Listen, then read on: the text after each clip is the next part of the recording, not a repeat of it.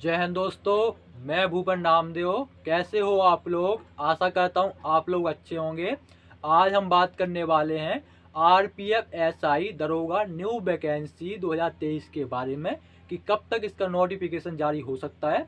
RPF SI बनने की आपकी योग्यता कितनी होना चाहिए, आपकी उम्र सीमा कितनी होनी चाहिए, क्योंकि इसका जो भर्ती होने का प्रोसेस चालू हो गया है। तो आपको सही सटीक जानकारी दूंगा कि कब तक इसका आवेदन कर सकते हैं। इसके अलावा हम बात करेंगे वैकेंसी डिटेल्स के बारे में कि कितने पद पर आपकी वैकेंसी आने वाली है।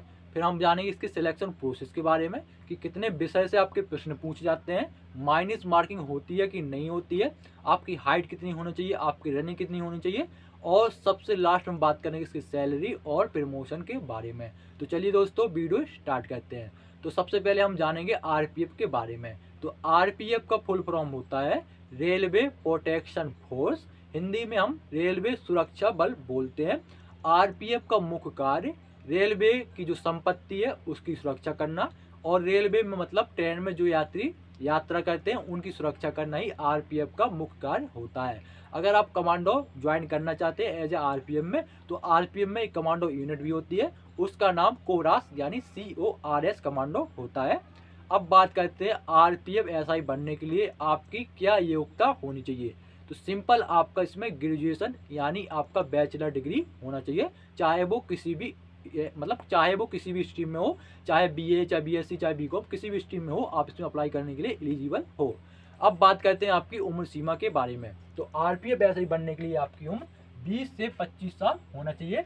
अगर आप ओबीसी कैंडिडेट हो तो 3 साल की छूट, अगर आप SC ST कैंडिडेट हो तो इसमें आपको 5 साल की छूट दी जाती है।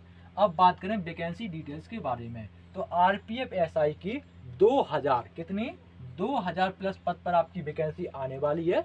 इसके अलावा आरपीएफ में आरपीएफ ट्रेडमैन्स और आरपीएफ कांस्टेबल की वैकेंसी भी आने वाली है। अब बात करते हैं आपकी एप्लीकेशन फीस के बारे में। तो आप अगर जर्नल, ओबीसी, ईडब्ल्यूएस कैंडिडेट हो तो आपसे लिए जाते हैं 500 रुपये। अगर आप SC ST या महिला उम्मीदवार हो तो आपसे लिए जाते हैं 250 रुपये।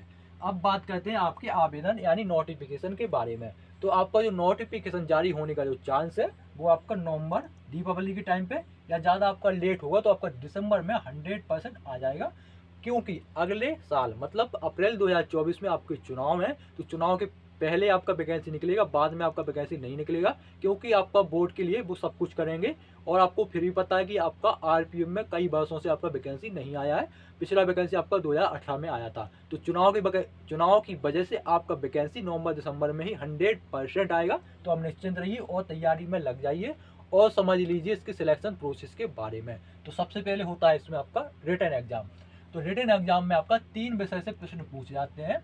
GS प्लस करंट अफेयर्स के 50 प्रश्न, मैथ के 35 प्रश्न, रीजनिंग के 35 प्रश्न, 35 35 70 50 120 प्रश्न रहते हैं, जो कि आपके 120 अंक के रहते हैं। इस पेपर को सॉल्व करने के लिए आपको 90 मिनट का टाइम दिया जाता है। आपका पेपर ऑनलाइन यानी CBT कंप्यूटर बेस्ड टेस्ट आपसे कराया जाता है। अगर बात करें इसकी माइनस मार्किंग के बारे में, तो माइनस मार्किंग आपकी होती है, नेगेटिव मार्किंग इसमें 1/3 की होती है। मतलब अगर आप कोई इसमें 3 प्रश्न गलत करोगे तो आपका 1 अंक काट लिया जाएगा। इसके अलावा ना तो इसमें हिंदी पूछी जाती है ना तो इंग्लिश। अगर कोई कैंडिडेट इंग्लिश नहीं आती है उसके लिए तो ना तो इसमें हिंदी पूछी जाएगी ना इंग्लिश, आपका 3 विषय से ही प्रश्न पूछे जाते हैं। बात करते हैं आपके एग्जाम की लैंग्वेज के बारे में। तो आपका जो लैंग्वेज होना चाहिए लैंग्वेज वो हिंदी, इंग्लिश, उर्दू, मराठी, उड़िया, तेलुगु, तमिल। इसके अलावा भी कुछ लैंग्वेज हैं उसमें आप पेपर दे सकते हैं। हिंदी इंग्लिश में तो दे ही सकते हैं, इसके अलावा जो आपकी स्टेट की लैंग्वेज है उसमें भी आप पेपर दे सकते हैं। बात करते हैं सिलेबस। तो अब सिलेबस के लिए अगर आपको आरपीएफ एसआई का पूरा सिलेबस कवर करना है, इसका एग्जाम क्रैक करना है, तो आप SSC CPO SI का एक एग्जाम होता है जिसमें दिल्ली पुलिस में दरोगा भी बनते हैं, उसके आप प्रैक्टिस सेट लगाइए और प्रीवियस ईयर के क्वेश्चन पेपर लगाइए। ये जो आपके पेपर है आसानी से आपको यूट्यूब में मिल जाएंगे। ऑनलाइन कोर्स खरीदने की कोई जरूरत नहीं है। और थोड़ा एडवांस करना है तो SSC CGL के आप प्रैक्टिस सेट लगा सकते हैं और प्रीवियस ईयर के पेपर लगा सकते हैं। आपका जो सिलेबस है वो सेम ही रहता है, ठीक है ना। ग्रेजुएट लेवल का एग्जाम वो होता है CGL, और ग्रेजुएट लेवल का एग्जाम आपका आरपीएफ एसआई का होता है। तो आपका सिलेबस सेम ही रहता है, लेकिन CGL थोड़ा एडवांस रहता है और आपका आरपीएफ एसआई थोड़ा नॉर्मल ही रहेगा। लेकिन अगर आपको इसको क्रैक करना है, क्योंकि ये जो आपका RPF SI का जो वैकेंसी है वो इंडियन लेवल का वैकेंसी होता है, और पद भी आपके 2000 आने वाले हैं, ज़्यादा पद आपके नहीं आएंगे, 2000 प्लस मतलब 2-2,500 ही समझिए, इससे ज़्यादा नहीं आएंगे। ठीक है, तो आपका इसमें जो आपका कंपटीशन रहने वाला अच्छा तगड़ा आपका कंपटीशन होगा, तो आप SSC CGL के प्रैक्टिस सेट भी लगा सकते हैं। 100% आप इस एग्जाम को क्रैक कर लेंगे अगर आप उसका प्रैक्टिस सेट और प्रीवियस ईयर के पेपर लगाते हैं तो। अब बात करते हैं इसके फिजिकल टेस्ट के बारे में। तो सबसे पहले हम बात करेंगे हाइट के बारे में।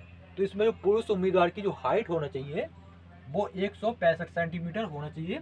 अगर कोई पुरुष SC ST कैटेगरी में आता है और उसकी हाइट 160 सेंटीमीटर भी है तो वो इसमें अप्लाई कर सकता है। बात करते हैं महिला उम्मीदवार की हाइट के बारे में, तो उनकी हाइट 157 सेंटीमीटर होना चाहिए। अगर कोई पुरुष SC ST कैटेगरी में आता है और उसकी हाइट 152 सेंटीमीटर भी है तो भी अप्लाई कर सकता है। अब बात करते हैं आपके चेस्ट के बारे में। तो आपका जो चेस्ट होना चाहिए वो 80 से 85 सेंटीमीटर होना चाहिए। 5 सेंटीमीटर आपके चेस्ट का फुलाव आना चाहिए। अब बात करते हैं रनिंग के बारे में, मतलब आपका दौड़ इसमें 1600 मीटर का होगा पुरुष उम्मीदवार का। टाइम मिलेगा आपको 6 मिनट 30 सेकंड का।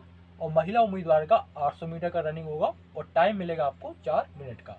अब बात करते हैं लॉन्ग जंप के बारे में, यानी लंबी कूद। तो लंबी कूद इसमें होती है आपकी 12 फीट की पुरुष उम्मीदवार की, और महिला उम्मीदवार की 9 फीट की होती है। हाई जंप यानी ऊंची कूद इसमें पुरुष उम्मीदवार की 3 फीट 9 इंच की होती है, महिला उम्मीदवार की 3 फीट की होती है। बात करते हैं वजन के बारे में। तो आपका जो वजन नापा जाता है वो आपका मिनिमम 50 kg वजन होना चाहिए। बात करते हैं आपकी सैलरी और प्रमोशन के बारे में। तो इसमें जो आपकी सैलरी मिलती है वो आपकी 4200 ग्रेड पे वाली सैलरी रहती है, यानी 4200 ग्रेड पे में जो आपकी सैलरी बनेगी वो 35,400 रुपये बनेगी। इसके अलावा बहुत सारे आपके मिनिस्ट्री ऑफ रेलवे की तरफ से बहुत सारे अलाउंसेस दिए जाते हैं, जैसे कि TA, DA, HRA, ration money और आपका जो आपका ड्रेस का जो अलाउंस होता है वो भी आपको दिया जाता है। तो इन सभी अलाउंसेस मिला के आपकी सैलरी बनेगी 50 से 60 हज़ार के बीच में। ठीक है ना। बाकी आपका सिटी में डिपेंड करेगा। अगर आप बड़ी सिटी यानी दिल्ली में हो या मुंबई में हो या चेन्नई या बेंगलोर में हो तो वहाँ अगर आपकी पोस्टिंग है तो वहाँ आपकी सैलरी ज़्यादा रहती है। अगर आपका छोटी सिटी में पोस्टिंग है तो वहाँ पर सैलरी थोड़ी कम रहेगी। ज़्यादा डिफरेंस नहीं आता, 2-3 हज़ार का डिफरेंस आता है। बात करते हैं आपके प्रमोशन के बारे में। तो सबसे पहले आप सब इंस्पेक्टर यानी दरोगा बनोगे। उसके बाद बनोगे आप इंस्पेक्टर, 60-8 साल की सर्विस के बाद बनोगे इंस्पेक्टर। फिर बनोगे आप सर्कल इंस्पेक्टर, उसके बाद जोनल इंस्पेक्टर, फिर आप बनोगे सबसे लास्ट में DSP यानी डिप्टी सुपरिटेंडेंट पुलिस, या उसे CO भी बोल देते हैं, सर्कल ऑफिसर। तो सर्कल ऑफिसर से ही आप रिटायर्ड हो जाओगे। आखिरी पड़ाव आपका DSP या CO ये होता है।